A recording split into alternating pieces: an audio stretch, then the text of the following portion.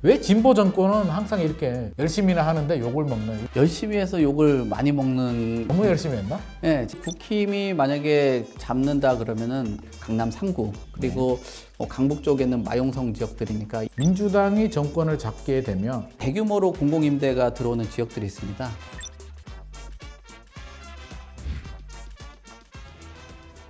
안녕하세요. 집당지성 집사 김인만입니다. 대통령 탄핵 조기 대선 전국이 시작됐습니다. 부동산 시장도 요동을 치고 있는데요. 앞으로의 부동산 시장 상황 알아보는 시간 가져보도록 하겠습니다. 오늘은요, 이 부동산 업계에서 가장 잘생긴 전문가분 모셨습니다. 자, 보이시죠? 우리 도시화경제 송승현 대표님 모셨습니다. 네, 안녕하세요. 네. 첫 번째 질문은요, 우리의 고정관념일 수도 있습니다. 보수가 집권하면 집값을 올리는 약간 부양 정책 같은 걸 펴고, 진보가 집권하게 되면 집값 규제, 집값을 때려잡는 규제 강화 정책을 편다라는, 우리가 선입견이라면 선입견이고 이게 진실이라면 진실일 수도 있는데, 우리 송 대표님은 동의하십니까? 이게 맞다고 생각하세요? 저는 뭐 일정 부분 동의한다라고 뭐 보는데요. 네. 보수 정부는 우선적으로 시장에 좀 친화적인 그런 스탠스를 갖고 있죠. 그리고 진보 정부 같은 경우는 수요를 좀 억제하는 그런 방향성을 설정을 하다 보니까 방향은 이런 식으로 흘러가고 있는 것 같아요. 특히 뭐 우리나라의 문제뿐만 아니라 뭐 미국도 마찬가지인데요. 미국도 공화당 뭐 보수로 불리우죠. 네네. 그 미국도 뭐 세금을 좀 감면을 해준다든지 집을 살 수 있는 환경, 그리고 모기지론을 좀 낮춰준다든지 뭐 그런 경향들이 있습니다. 그리고 민주당으로 불리우는 진보 성향이 보통 이제 저소득층에게 보조금을 좀 확대를 하는 그렇죠. 그런 정책, 아무래도 그리고 가치관이 그러니까. 공공임대나 또 부동산세를 좀 강화하는 그런 형태가 있기 때문에 단순히 국내만의 문제가 아니라 전반적으로 세계의 뭐 정책, 그 정책 안에 담겨져 있는 어떤 부동산 정책도 이런 흐름으로 흘러가고 있다라고 봐야 되는데, 근데 여기서 문제는 뭐냐면, 보수가 좀 집권을 하면 규제를 완화하겠다라는 그런 기대감 때문에 상승에 대한 압력들이 좀 시장에선 좀 기대 심리를 키우는 것 같고요. 그렇죠. 진보 집권이 이루어지는 경우는 보통 억제를 하려고 하는 그 정책들이 있는데, 그 억제에 대한 정책이 하도 많이 나오다 보니까 소위 말하는 정책에 대한 그 피로도, 불안정성으로 인해서 일정 부분은 정책이 자리 잡기 전까지는 다시 한번 뭐 가격들이 조정을 받고 올라가고 이런 흐름들이 계속적으로 반복적으로 나왔습니다. 네. 통상적으로 이제 우리가 강남 3구라고 하잖아요. 네. 강남 3구, 용산구, 부자 동네. 통상적으로 이제 보수를 좀 지지하는 그렇죠. 경향들이 좀 강하고요. 반대로 이제 강북을 가게 되면 이제 진보 성향이 좀 강한데, 진보가 집권하면 집값이 좀 올라갈 경향이 많으면 강남도 진보를 이렇게 지지해줘야 되는 거 아닌가 하는 생각도 살짝 드는데, 내 집값을 올려줌에도 불구하고 왜 강남 3구는 보수를 지지할까요? 우선 강남 유권자들의 특징이 있어요. 특징을 살펴보면은 우선적으로는 고소득층들이 많죠. 고소득 많죠. 그리고 네. 고자산, 다주택 보유에 대한 비중이 높다라는 거죠. 그러면은 세금 규제에 대해서 굉장히 민감하고 부동산 정책에 강한 그런 반응들을 보입니다. 그래서 이런 부분들이 보통 소위 주택시장, 특히 서울을 볼 때는 정책의 민감도가 좀 높은 것은 강남 3구가 민감도가 좀 높고요. 그렇죠. 뭐 금리라든지 대출 규제에 좀 민감도가 높은 곳들은 서울의 외곽 지역들이 그렇죠. 많거든요. 네네. 그렇기 때문에 정책적인 민감도가 크게 작용하고, 또 시장 자유주의를 좀 더 선호하는 계층들이 많은 곳들이 강남 3구다 보니까 이 세금에 대한 문제, 부동산 정책에 대한 민감도로 반응을 하기 때문에 좀 연관성이 좀 있다라고 보여지고요. 강북 유권자의 특징을 보면 실수요자들이 많이 있어요. 네네. 그리고 거기에 1주택자들이 분포도가 높다 보니까 아무래도 투자 쪽보다는 주거 안정을 좀 더 중시를 한다. 그런 측면이라면은 세금에 대한 부담보다는 내가 얼마나 안정적으로 주거를 할 수 있는지, 또 거기에 유권자 중에 내 집을 갖고 있는 사람도 있지만 세입자들도 있을 거란 말이에요. 그렇겠죠. 그럼 주택가격의 변동이 크다라는 거는 아무래도 주거 안정성에서는 조금 불안 요인으로 작용을 할 수 있다 보니까 그럴 수 있죠. 임대 공급이나 복지 또는 뭐 주거 안정 쪽에 좀 더 호의적인 그런 경향들이 있거든요. 그래서 진보적인 성향들이 많이 커졌다. 저는 그런 생각이 들어요. 윤석열 정부가 탄생한 배경에는 결국에는 집값 문제가 아닐까. 이게 부동산 문재인 정부가 30번에 가까운 정책을 펴면서 민심 위반이 되고 부동산에서 이게 잃어버린 민심 때문에 정권도 빼앗기고 서울시장도 빼앗기는 결과가 나왔다라고 저는 생각이 되는데 왜 진보 정권은 항상 이렇게 욕을 먹고 열심히는 하는데 욕을 먹는 이런 결과가 반복이 될까요? 열심히 해서 욕을 많이 먹는 경우가 좀 큰 것 같아요. 너무 열심히 했나? 네, 제가 앞서도 말씀드린 것처럼 정책을 남발을 하는 경향들이 있기 때문에 주택을 갖고 있는 사람들이 집값이 올라가는 것도 불편하지만 그 안에서 계속적으로 대응하는 거에 대한 피로감들도 있거든요. 피로감. 뭐 예를 들면은 그 임대 사업자들에게 혜택을 줬다가 또 혜택을 뺏는다든지, 특히 문재인 정부의 그 사례들을 보면은 다주택자에 대해서 굉장한 규제들이 많았었습니다. 그렇죠. 지금도 있잖아요. 예, 거기 취득이라든지 보유라든지 양도에 대한 규제가 크다 보니까 다주택자들이 반발이 있었는데, 문재인 정부 초기 때만 해도 임대사업자들을 최대한 장려를 하고 혜택들을 줬었는데, 이제 주택 가격들이 임대사업자 중심으로 해서 올라가다 보니까 줬던 혜택들을 다 뺏어갔단 말이에요.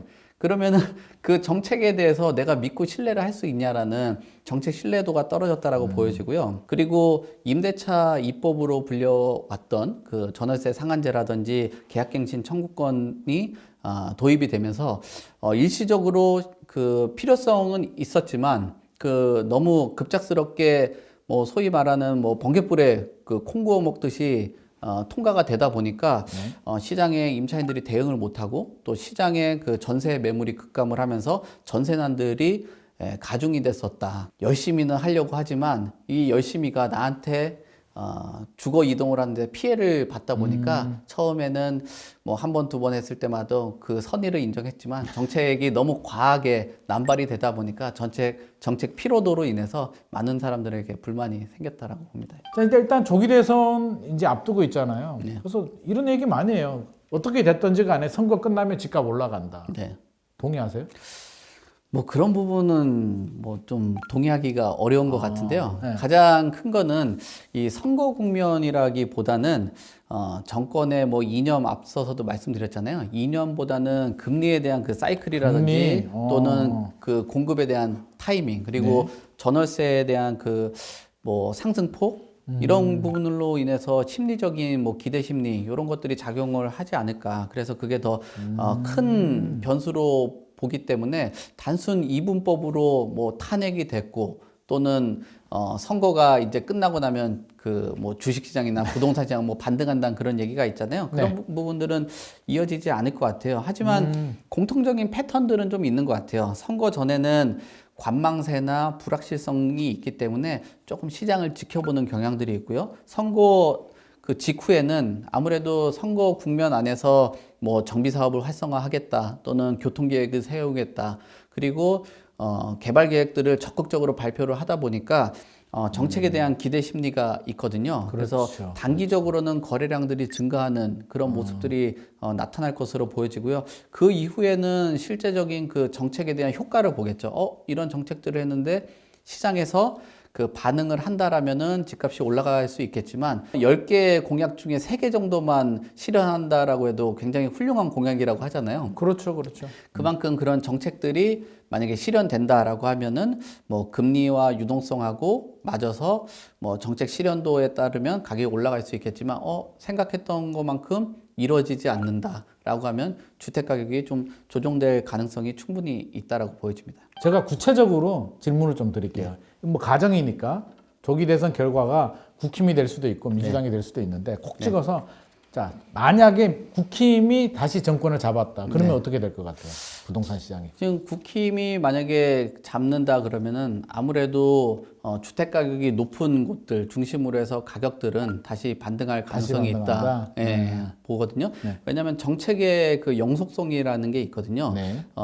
지금 보수 정권에서 진보로 전환을 하게 된다라면 새로운 그 시행령과 또 법안이 계류되어 있는 것하고 완전히 또 따로 돌아갈 수 있거든요. 하지만 그 정권을 이어가게 된다면 기존에 있었던 부동산 정책의 그 철학과 이념 그리고 계속적으로 진행하고 있었던 뭐 시행령들 뭐 이런 것들이 이어받아 가면서 가기 때문에 이런 흐름으로 갈 수 있다라고 보거든요. 근데 그 내용들을 그 세밀하게 살펴보면 결국은 주택 시장은 민간 주도로 개발을 하고 그 민간 주도 속에서는 재개발, 재건축을 활성화하겠다라는 겁니다. 근데 지금 뭐 재건축에 대한 공사비 추가 분담금에 대한 이슈가 항상 있는데 그것을 해지할 수 있는 곳들로 평가받는 곳들이 강남 3구 그리고 뭐 강북 쪽에는 마용성 지역들이니까 이런 지역들은 주택의 상승 흐름이 계속적으로 이어질 수 있다라고 보여지고요. 네. 상대적으로 서울의 외곽 지역들, 뭐 소위 말하는 금강구나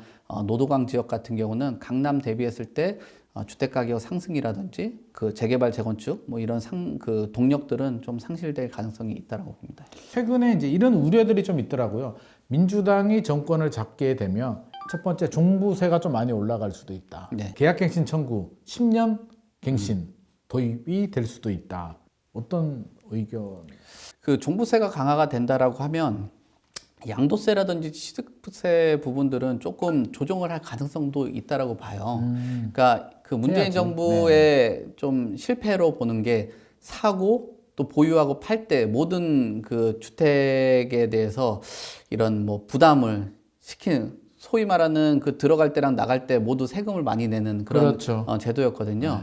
근데 부동산 시장의 지금 글로벌 스탠다드 자체는 보유에 대한 세금을 올리고 사고 파는 거래세는 낮춰주는 게 전반적인 그 스탠다드거든요. 맞습니다. 그래서 이 진보라는 그 이름 안에는 사실 그런 변화된 그리고 글로벌 스탠다드로 가주는 게 맞지 않겠냐라고 보고요.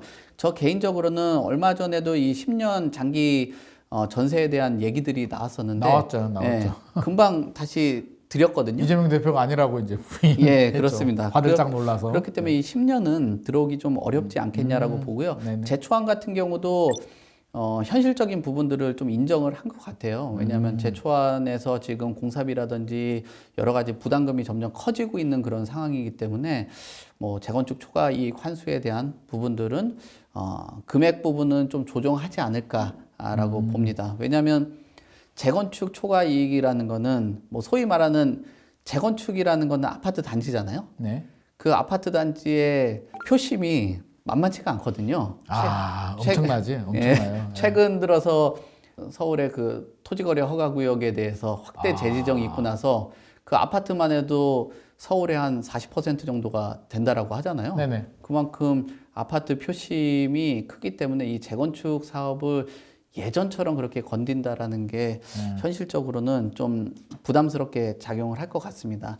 하지만 그 안에서 뭐 재건축 단지나 강남권이 수혜를 받는 것보다는 저 개인적으로는 공공재개발이라든지 재건축들이 있는 도봉구, 뭐 중랑구, 은평구 이런 지역들이나 뭐 관악구 지역들이 좀 도움을 받지 않을까라고 보여지고요.